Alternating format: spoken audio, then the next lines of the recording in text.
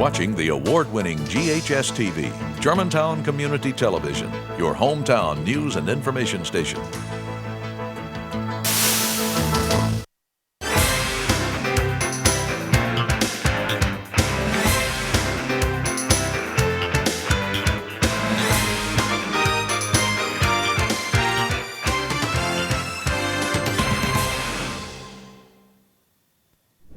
Hello and welcome to this week's edition of GHS-TV's award-winning talk show Crosstalk. I'm your host, Rachel Shannon. We're here on location at the Poplar Pike Playhouse here on the Germantown High School campus, where students and staff are hot in production on their new winter musical, The Wiz. It features all of your favorite characters from The Wizard of Oz, set to a lively score that featured the likes of Luther Vandross, Diana Ross, and even the king of pop himself, Michael Jackson. We'll speak with some of the creative forces behind this fun show and even take a look back into the PPP vault when Playhouse alum Susan Marshall played Dorothy in this theater's 1982 version of The Wiz. Now let's head back into the theater, where we'll be joined by two members of this year's directorial staff. A lot of work goes into making the PPP productions one of a kind. Sitting with me now is Patrick Lee Ashbee and Kirie Walz, co-directors and PPP alumni. Ms. Walz, Mr. Ashbee, thank you so much for being with me today. Thank you, Rachel. Thank you. Now, Ms. Walz, tell me about The Wiz. The Wiz is a sassy version of The Wizard of Oz. It is the modern retelling of it. There's a lot of gospel music in it, a lot of soul music, and it pretty much just jazzes up the same story that we've all grown up loving. And Mr. A, this is the second time The Wiz has been at the PPP. It starred Susan Marshall. So tell me, why did you decide to bring it back, and what made this show right for this cast? Yeah, I know a lot's been said about the 1982 production and it kind of being a landmark production of the PPP. And the way we always kind of decide which shows we want to do is based on the talent that we had. And we had auditioned for several shows, and we realized that we had really the perfect cast for this production. And I've seen the show from '82 on tape and everything like that, and all of them were marvelous actors. But we have another generation of marvelous actors, so it was just very appropriate for 2013. Now, Ms. Walz, most people when they come in will compare the show to the movie The Wizard of Oz and The Wiz. What can they expect to be different? I think in general, comparing it, well, The Wizard of Oz and The Wiz are two, although they're the same basic story, two totally different things.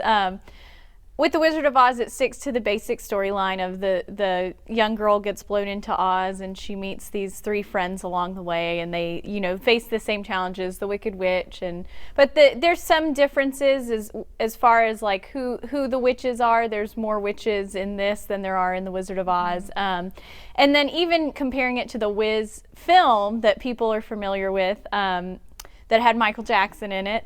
It's still even different from that. There were several songs in the film version that are not in the stage version. And as far as like setting and locale, the scenes are a little bit different in this. I think I actually enjoy the stage version a lot more than the Wiz film. I think it's a stronger script, and I think that the storyline flows a lot better in the stage version of it. Now, Mr. A, have you at all found your actors apprehensive stepping into the shoes of Michael Jackson and Diana Ross? Well, that's a good question. I think, because it's a film, there is sort of this, I think, standard that people feel that they have to live up to. I mean, how can you be Michael Jackson when you're in high school and everything like that? So I think the key is to make it very different from those performances and have a different take versus kind of, I guess in a sense, copying or mimicking what they're doing in the show. So we've put our own sort of spin on this tale, and we are tailoring our actors towards that. And so it creates, though the idea of the character, let's take for instance the Cowardly Lion, he's still cowardly and everything like that, but the way our actors are portraying it, much different from what you would see. And so I think by giving them a completely different route to go down, then we don't, then it's a lot less difficult to try and compare the roles. Now, Mr. Ashbee, the goal of this show and all of the movies is really to get Dorothy back home, but home also has another meaning. Yeah, I mean, home has a lot of different meanings for a lot of different people. I've heard Susan Marshall say that she feels like this is her home, and whenever she thinks about that song, it always brings her back here. This sort of I guess the birth of her career. And I know for Mrs. Walz and myself, we graduated from this program and we came back to teach here. So it does feel like home to us, and I think that that's a kind of constant thread amongst theater people. They feel really comfortable when they're around other people who they're rehearsing with, and whatever space they're in. And here at the Poplar Pike Playhouse, with everyone that we're with, I mean, it is a family, and so it does feel like this is home to a lot of us. And it doesn't only affect theater people; it affects every individual. Oh, certainly. I mean, I think everybody will definitely, whether it's Kansas or whether it's your hometown or any of number of things, it will definitely mean something different to everybody in the audience. Now I'm going to go on a completely different note. Since we are here in the theater, obviously the set is in front of us. Tell me about it.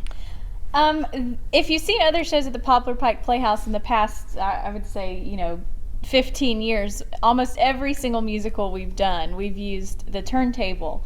And this year we decided, let's try something a little bit different. It's been a while since we've done a show, I think 95, mid-90s, since the last time we did a show without the turntable. So it's been a fun experience for us to kind of be in the design process and figure out how we wanted to use the stage without that turntable. I think one of the interesting things we've done is instead of using the pit in the traditional way, we've put the orchestra on stage, and that allowed us to bring the set out even further, closer to the audience. And another thing that we've done and tried to utilize is having a lot of different levels. There's not one location, it's kind of an abstract set, and I think it's really neat and lends itself to the story so much, because as you go throughout Oz, it's this this zany, wacky place, and there's so many different locations we see. There's a poppy field, there's the cornfield, and there's the Emerald City, and there's all these different places. And I think the set design that we've got is really spectacular and lends itself to all of those different places we're supposed to go in the play. Now, on a final note, what do you think audiences will take away from The Wiz? What will audiences take away from The Wiz? Well, one, I think that they're just going to have a wonderful time. I think that first and foremost, they're just going to have a wonderful time. I think they're going to hear a lot of songs that they connect with on an emotional level. And so not only the entertainment factor, but the emotional level. And I think at the end they'll feel a lot of joy when they leave. It's a extremely fun show, whether you're involved with it or you actually see the show as an audience member. Well, thank you both so much for being with me today. Well, thank you. Thank you. Up next, we're going to speak with another valuable member from the PPP directorial team. But now, let's watch this Wiz clip from the PPP Vault.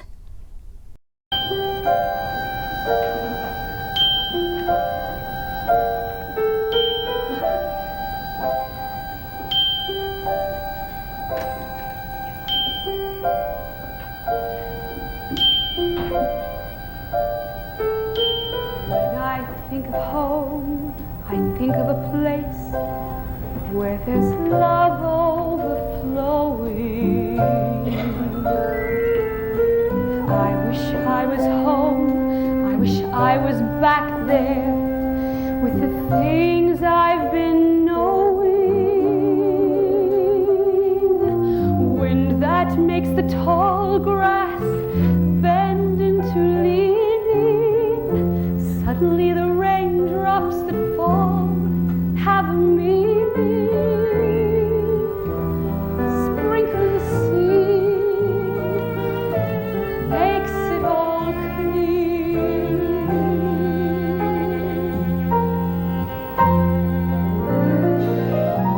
Maybe there's a chance for me to go back now that I have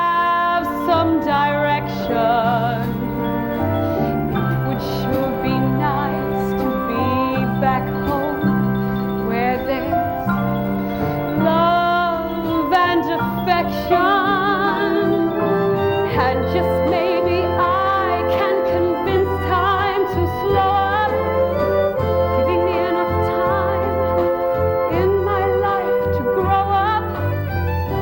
Time, be my friend. Let me start again.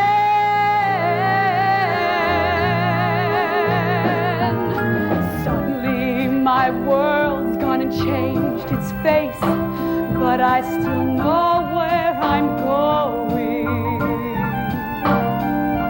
I have had my mind spun around in space, and yet I've watched it growing. And if you're listening, God, please don't make it hard to believe the things we see. Should we try and stay? Should we run away? Or is it better just to let things be? Living here in this brand new world might be a fantasy, but it's taught me how to love. So it's real. It's real to me. That we must look inside our hearts to find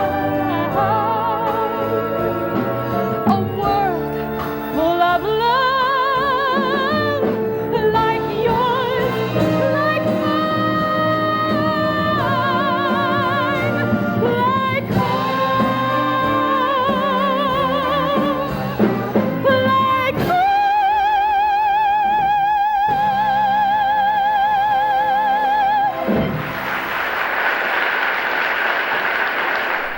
The Wiz won 7 Tony Awards when it hit Broadway in 1975 and won for a soulful score. Joining me now is the musical director and co-director, Steve Danielson. Mr. Danielson, thank you so much for being with me today. Thank you for having me. I know it's been a really crazy week with all the rehearsals going on and things like that. It has been. So tell me, what attracted you to the Wiz? Well, the music is a lot of fun. I mean, this is the Wizard of Oz story that we all know, but the music is very funky. And so it's a very fun show musically to direct and for the performers to perform in. And tell me a little bit about what music we can expect. I know you said funky, but go a little bit into some detail for us. Well, one of the songs that most people recognize from this show is probably Ease On Down the Road. You know, instead of Follow the Yellow Brick Road, we've sort of jazzed it up. We're easing on down. We've got some soulful dancing. We have 4 guys who are yellow bricks who are leading Dorothy and her friends down the path. So I mean, we're really getting exciting with this. The lion comes out and sings this big soulful number. You know, I'm a mean old lion, and he's very exciting in the way he's presenting it. And you are also a co-director this year. Yes, that's right. We have a sort of a directorial team on this one, and we are working together on all aspects of the show. I'm getting input from the other directors on the music. I'm giving my input on the acting and the other aspects as well. So we're all working together to make this thing come together. Walk me through the rehearsal process. Well, we start out with a couple weeks where we're sort of separated. I focus mostly on the music. Mr. Ashbee and Mr. Bluestein were focusing more on the blocking. Mrs. Walz and our choreographers were working more on the dancing. And after the first couple weeks, we start putting it together into what we call integration rehearsals, where we work big dance numbers and big production numbers. After that, we go into a working week where we work scene by scene, we work through everything, and then we go into a polishing week, we polish it all up, we go into dress rehearsals, and then we're ready to open.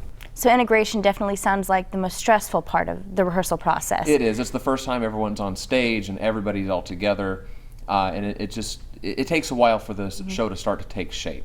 But once we get the ball rolling, it makes things a little bit easier. Because especially when you get to the theater, the blocking changes because you're actually on set. Everything just starts to mold, really. Absolutely. When we're doing integration, we're typically not on stage with a completed stage. So as the stage gets to a point of more completion, we have to change things or add things to make it fit the environment that we've created. Now, from a music standpoint, how can audiences relate to the show? Well, I mean, I think they're going to relate more to the story because it's a story the audience is familiar with. And then once you get into the music, I think they're really going to enjoy the sort of the jazzy, soulful nature of this show.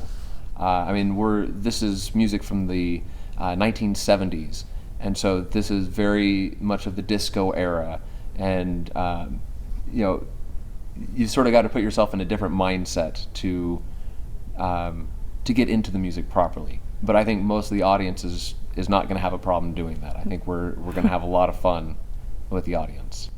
Now, the Poplar Pike Playhouse put this musical on in 1982, and Mr. Bluestein refers to it as an all-star singing cast. So how can this cast relate to the old cast? Oh, I mean, I don't know. I wasn't here in 1982, obviously. But I think the cast that we have now is doing a phenomenal job. I mean, the four friends that we have, Dorothy, the Scarecrow, Tin Man, and the Lion, all phenomenal singers who are doing fantastic jobs with their roles. And I think the audience is really going to latch on to those four friends there. And I think this is going to be very comparable to 1982. What's your favorite part of the show? You know, it's hard for me to say that at this point. I think usually by the time the show has run its course, I figured that out. I do like the more sentimental numbers, the feeling we once had with Aunt Em and Dorothy. I like "Believe in Yourself" that the wizard sings. But I've got to say, you know, "Home" is a great number that Dorothy sings. The "Mean Old Lion" and "Be a Lion," in fact, with Dorothy and the lion singing together. We've got some great show-stopping numbers that the audience is going to love. Now, audiences, of course, come in comparing the movie to the show that we have. What can they expect to be different? Well, it depends on which movie. With the Wizard of Oz to the Wiz, there are a number of differences. The Wiz follows more the story of the book, and so you have silver slippers instead of ruby slippers. And we talk more about all four witches, whereas in the movie there's not as much mention of a fourth witch. There's the three that get mentioned in the Wizard of Oz movie. If you're comparing the Wiz play to the Wiz movie, then there's differences in some of the song selections, some added songs in the movie that aren't in the play, and vice versa. So if you've seen the Wiz movie, you may come in with certain expectations, and I would just say, look at this as its own entity. Now, what do you think audiences will take away from this production? Yeah, they'll take away fun. They'll take away a good time. This is one of those shows where you're going to go out tapping your toe later, and you're going to have these songs running through your head. And probably 9 times in the next couple of days, you'd make references to "Ease on Down the Road" to someone, just because it's so catchy and it's so part of the whole feeling of the show. Well, Mr. Danielson, thank you so much for being with me today. Thank you. Next, we are going to talk with 2 performers from the show. As we make our way to the box office, here's another highlight from The Wiz.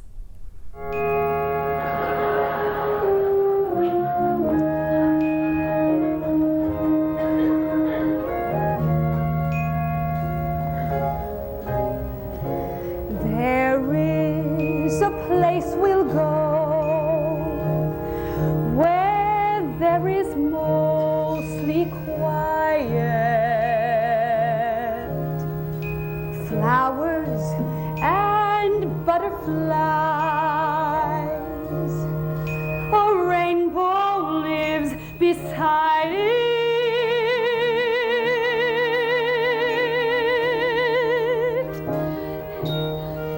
And from a velvet sky, a summer storm.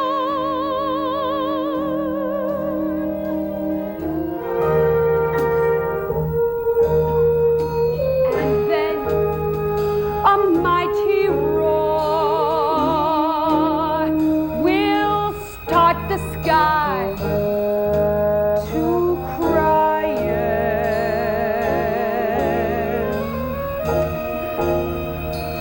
not even lightning will be frightening my lion.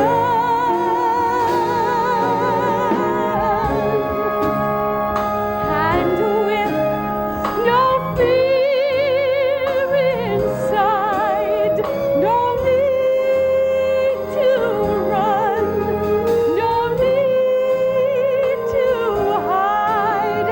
You're standing strong and tall. You're the bravest of them all.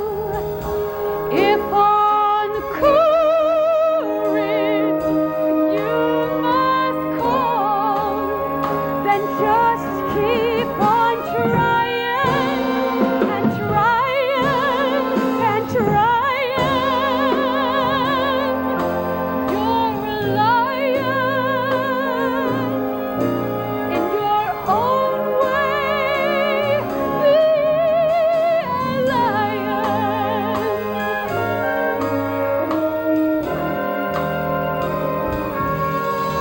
I'm standing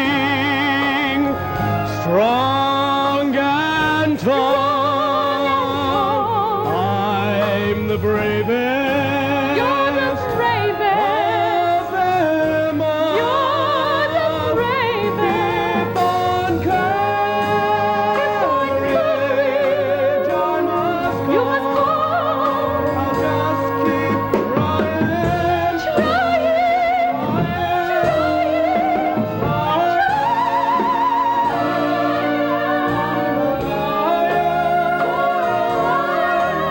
In my own way, I'm a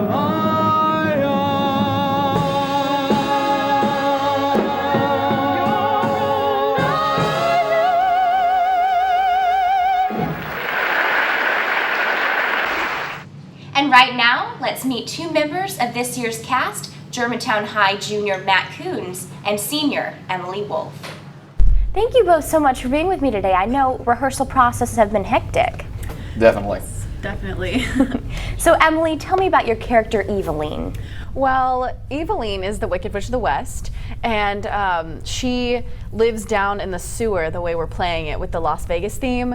She lives down in the sewer, and she has the Winkies, and they're kind of like sewer rats, I guess. And she has this big toilet throne, and it's really, really fun to play because she's supposed to be really big, and I'm wearing this like big giant fat suit, and she's just really authoritative, and I think that's really, really fun to play. So this is definitely a character you'll remember. Oh, definitely, most definitely. I really enjoy it so far. So. And Matt, tell me about the Scarecrow. Well, the way we're doing it with the Las Vegas theme for the Scarecrow is he's a millionaire who's now on the bottom. And the Scarecrow, since he's all crazy and brainless and just waves around, is a drunk. And so I get to play a lot of different roles a lot of different ways with the way I'm speaking it and the way I'm talking it. It's pretty amazing. Now, with the Las Vegas theme, has that affected how you played your character? Because usually, you know, if we did the Wizard of Oz, you'd be green and you probably wouldn't be a millionaire. Well, personally, with my character, it's a lot more fun pretending to be a drunk than just flailing your arms around. So it's easier to just point at someone and do all this kind of stuff than just trying to find a way to be completely boneless. Well, with my character, I think it's made it more interesting because there's that, you know, image of what the Wicked Witch is supposed to be like, but with this new theme, I can just take it to a totally different place. So that's been really interesting for me to do. Now, were either of you at all apprehensive about stepping into the role of Michael Jackson or Mabel King? Because, of course, when audiences come in, that's what they expect is the movie. Mm-hmm. Well, I think the best part is the new theme. Like, the new theme really makes it so that I don't have to try and be something that I'm obviously not. I think Mabel King is so different than the way I perform and the way I sing and stuff like that. I don't really feel pressure to be anything like that because I know that I'm such a different performer, and I think Matt can probably agree with me there. Mm-hmm. Definitely with Michael Jackson, he's the king of pop, he's the king of dance. But my character, since we're doing the Las Vegas theme and is drunk, it doesn't really have to be that coordinated, as opposed to, say, the big dance number at with the Tin Man. I'm not supposed to be the coordinated Michael Jackson. I'm supposed to be the drunk trying to keep along. Can you tell me some of the other embedded themes in The Wiz? Of course, there's home, but what else does The Wiz really mean to you? You want to go? I will. I think The Wiz, some of like the main things that I guess an audience is supposed to take away from it. That's what you're asking, right? Okay. Well, I think some of the main things is that wherever you go, there's someone there for you. Like, you think that you're alone. Like, Dorothy thinks that she's alone and she's never going to find her way back home. But really, everyone in the show is kind of urging her along and is there for her, even though she thinks that maybe no one is not, or no one is. So. And one thing that I personally like I feel this is with my character more than the overall show, is that the Tin Man and the Scarecrow tend to make fun of the Lion all the time, and I really think it's just because they don't know. They don't know his story, they don't know Dorothy's story, and the Scarecrow at the beginning doesn't trust the Tin Man. And it's really all about, not everyone is what you think they are, especially with the case of The Wiz. So it's more so, you don't judge a book by its cover. And can you leave us with your favorite part of the show? My favorite part of the show is the Yellow Brick Road. I love all the Yellow Brick Road scenes. I think they're really cool. My personal favorite part is doing the Ease on Down the Road #1. Well, thank you both so much for being with me today. Thank you very much. Thank you, Rachel. Thanks to all my guests on today's show. Tickets are now on sale for The Wiz at the Poplar Pike Playhouse. You can call the box office at 901-755-7775 or get your tickets online at www.ppp.org. The show runs February 21st through March 9th. I'm Rachel Shannon. On behalf of all of us here at Germantown Community Television, thank you so much for watching Crosstalk, and I hope to see you again next week.